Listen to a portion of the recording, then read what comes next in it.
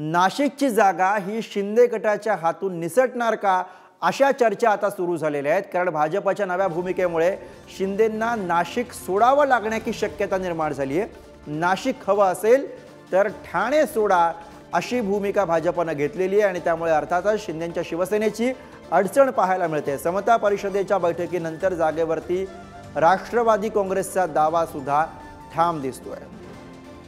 आणि आता याच विषयीचे अधिक अपडेट्स घेऊयात। किरण टाचणे आपले प्रतिनिधी सोबत आहेत। किरण, नाशिकसाठी ठाणे सोडा अशी थेट भूमिका भाजपने घेतली आहे आणि त्यामुळे स्वाभाविक आहे की शिंदेंच्या शिवसेनेची या जागेवरती आता अडचण दिसते।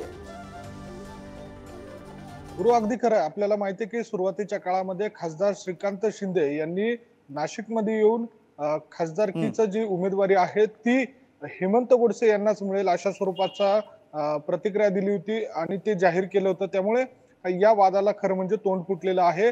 त्यानंतर भाजपने देखील याबाबतची आग्रही मागणी केली होती आणि नंतरच्या काळात तर बघितलं तर छगन भुजबळ यांचंच नाव पुढे आलं होतं।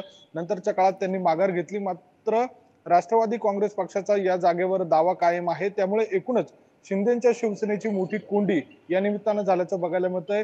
एका बाजूला जर नाशिक हवा असेल तर भाजप सोडा असंही बोललं जातंय। त्यामुळे जे भाजपकडनं आता एक प्रकारे शिंदेंच्या शिवसेनेची अडचण केल्याचं आपल्याला बघायला मिळतंय। यामध्ये ठाण्याची जागा भाजपला हवी आहे अशा स्वरूपाचं जोरदार त्या ठिकाणी लॉबिंग देखील अनेकांकडनं केलं जातंय। दुसऱ्या बाजूला नाशिकमध्ये देखील बरोबर, त्यामुळे आता अंतिम निर्णय नेमका कोणाच्या बाजूने होतो, कुणाला ही जागा मिळते हे बघायचंय। धन्यवाद।